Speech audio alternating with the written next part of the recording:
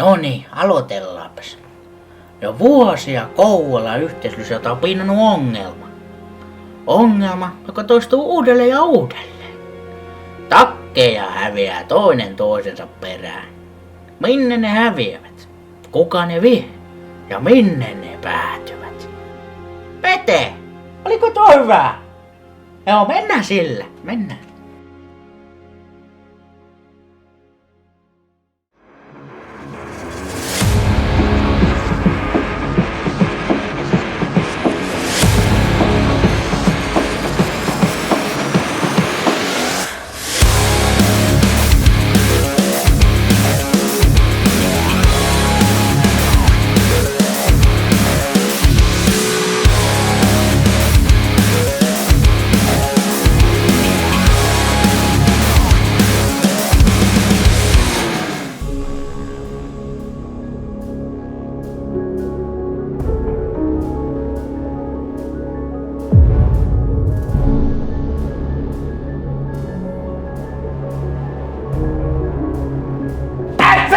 Ymmärrä, että ne ei vittu riitä!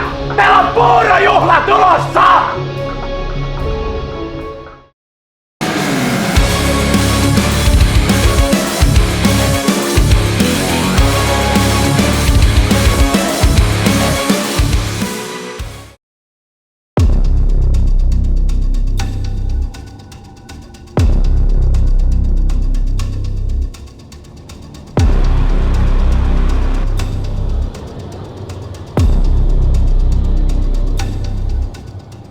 Eiks tätä sä pyytänyt? Se on nyt tässä. Kato ne. Se on ihan oikeet kama. Et sä usko. Ojenas. Joo. On. No joo. Mitäs tää vuori? Siis kiinalaiset lapset tehnyt sen. Okei. Se on niinku, joo. Kato nyt, siinä on toi EG-koodikin, näet se on ihan kunnossa siinä.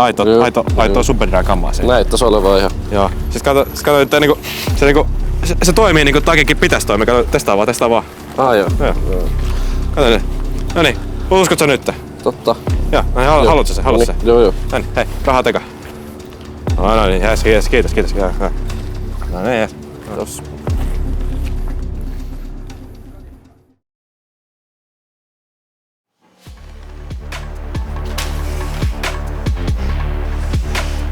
Tervetuloa halliin.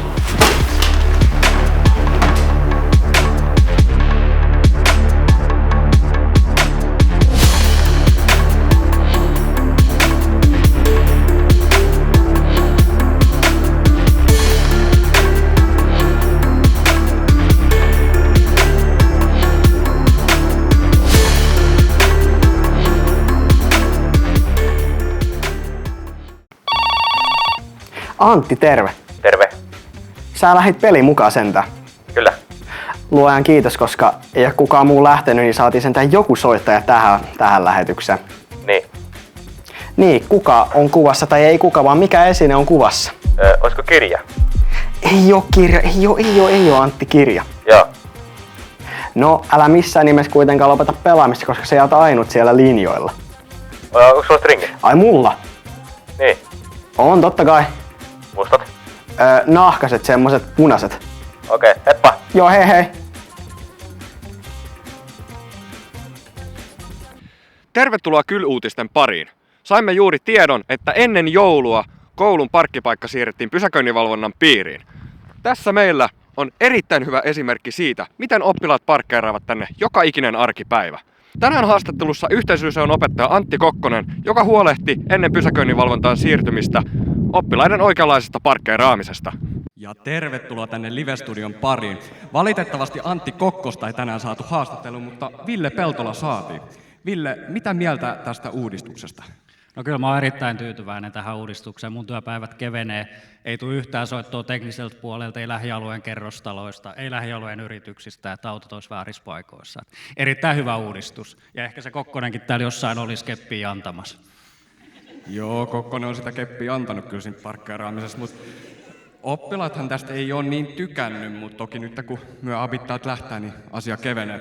Ja abien lähdön myötä koko kouluhan tulee olemaan siis ihan mankelissa, että ykköset opettelee kävelee uudestaan ja kakkoset kehko oppii parkkeeraamaan ilman niitä 2 metrin turvavälejä, että näin, että koetko, että tämä uudistus jotenkin auttaa siinä, että ne kakkoset ei jätä niitä 2 metrin välejä sinne? No en mä siihen osaa sanoa, mutta uudistus on hyvä. Ei haittaa meitä ketään, jos me joskus 2 minuuttia joudutaan kävelemään. Hyvää tekee. Mutta siitä, mistä mä oon erityisen tyytyväinen, on se, että pääsette nyt lukulomille. Et ei muuta kuin nauttikaa siitä. Muutaman viikon päästä nähdään saleissa. Kyllä. Ja Live-studio kiittää nyt takaisin videon pariin. Kouvola. Pahamaineinen betoniviidakko. Kuten Minecraftin pelaajat tietävät, joidenkin viidakoiden keskuudesta löytyy piilotettu aarre. Kouvola-viidakon salainen aarre piilotettuna son keskuuteen on Kouvolan yhteislyseo, maaginen paikka täynnä innovaatiota ja unelmia. Mutta koska taianomainen koulu sijaitsee Kouvola-viidakossa, se on myös odottamaton paikka, josta löytyy vaaroja ja yllätyksiä. Siksi minä, Philomena Kank, olen tiimini kanssa tehnyt tämän lyhyen dokumentin, jotta voimme kertoa teille kaikesta, mistä koulun virallinen esittelyvideo ei ole varoittanut, kuten vanhasta puolesta. Tämä on Kank on Lyska.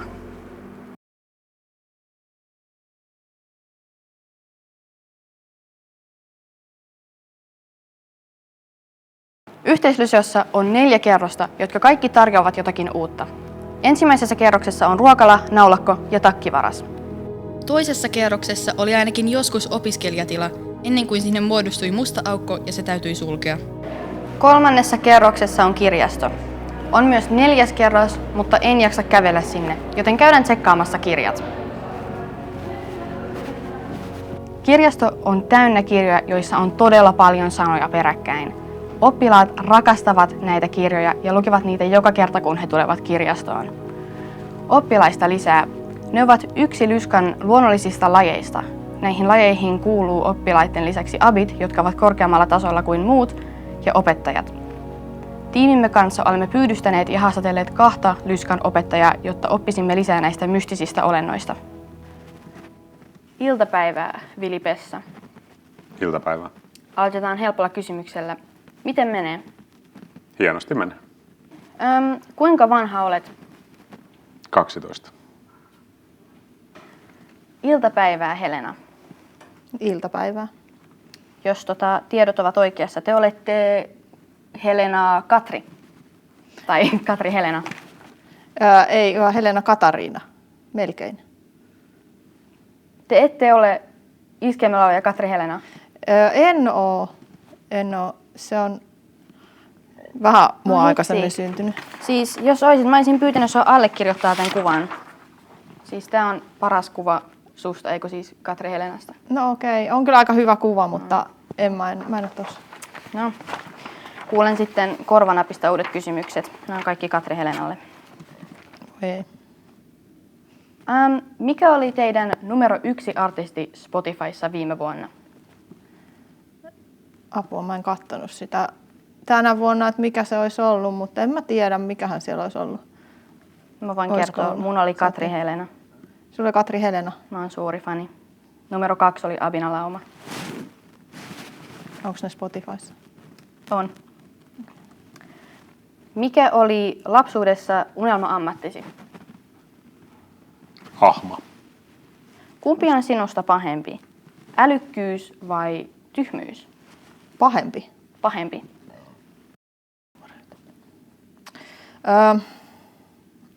Väärinkäytetty älykkyys. Okei.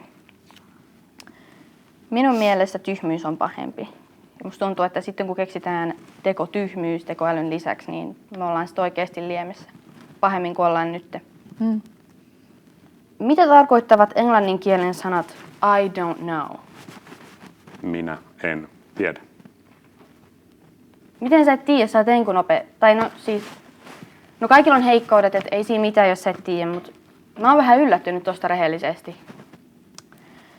Kirjoitukset lähestyvät ja Abia pelottaa, että he saavat ylioppilaskirjoituksilta turpaan. Mutta entä te?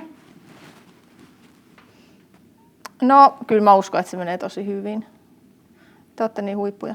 Ei kun siis tarkoitan, että pitäisikö Abien pelätä, että he saavat sinulta turpaan? Aivan totta. Niin, jos menee tosi huonosti, niin tulisiko turpaan? Vielä Opeltakin. Aika hurjalta kuulostaa kyllä. Abit kuulitte, kantsii varoa. Ja viimeistele tämä lause. Helena Raski on... Kissa. Viimeinen kysymys on tärkein. Mitä mieltä olet tästä editistä?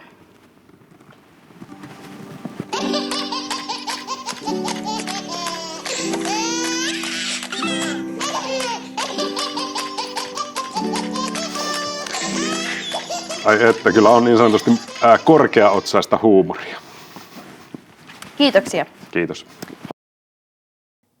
Olemme oppineet tänään paljon, tai ainakin niin paljon kuin niukka aikaraja on sallinut. Meitä kehotettiin nimittäin pitämään tämä jakso mahdollisimman lyhyenä TikTokia varten.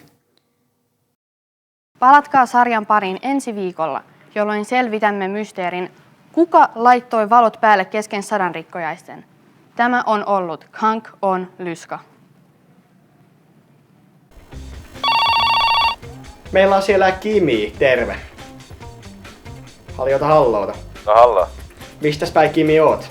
No kuule, Lehtomäestä.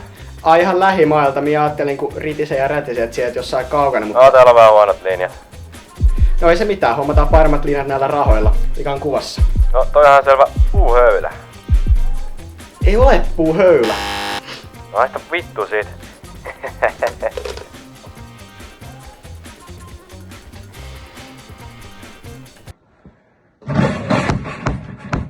No niin, ja otetaan tästä Coca-Colaa.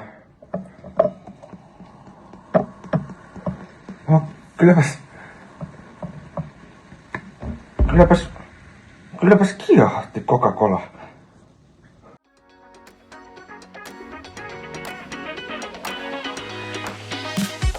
Tervetuloa Lyska-linjavartiokilpailuun, jossa kilpailijan tehtävänä on suorittaa hengenvaarallinen rata kakkoskerroksen läpi.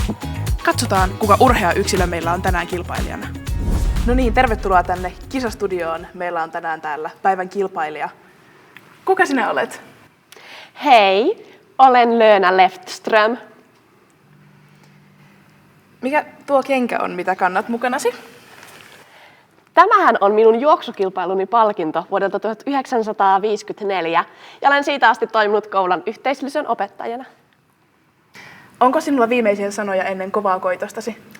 Terkkui Katsulle ja Tontsulle! Kiitos. Nyt päästetään selostaja ääneen ja lähdetään kisailemaan. Hyvää päivää myös täältä selostamon puolelta. Täällä äänessä Pesto Risonen ja asiantuntijakommentaattorina vieressäni toimii Pili Vessa. Morjesta, morjesta. Viimeinen kilpailija on kohta lähdössä matkaan. Taso on ollut tähän mennessä kova ja johtoon itsensä on kairannut Kunnami Jala. Kyllä jännityksellä odotan, millainen suoritus nähdään seuraavalta kilpailijalta. Mennään pelaajaesittelyn pariin.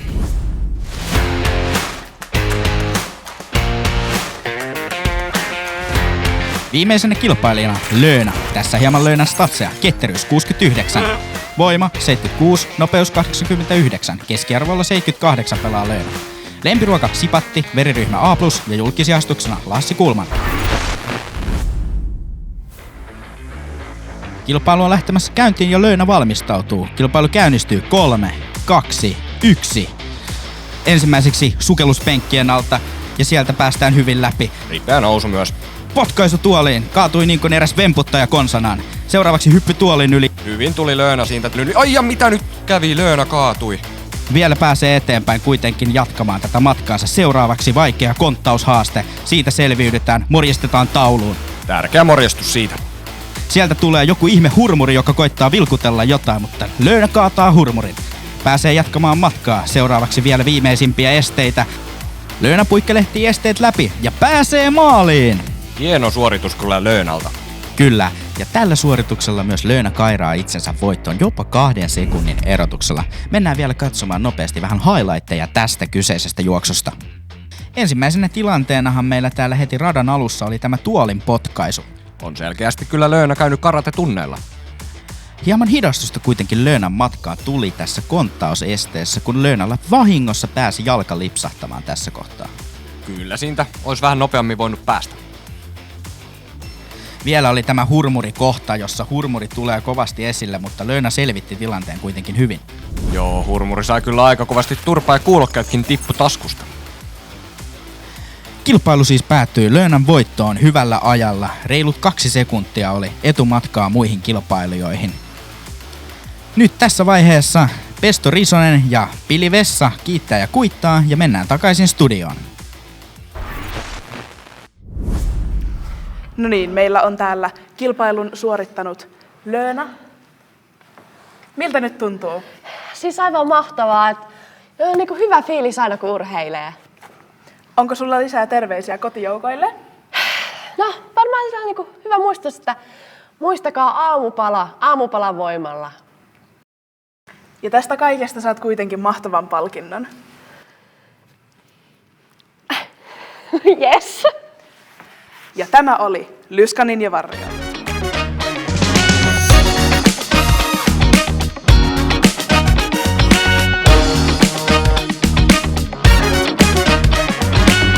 Mulla olisi vielä viimeiset terveiset eräältä henkilöltä. Abio Kingi, pysykää koulussa. Terveisiä.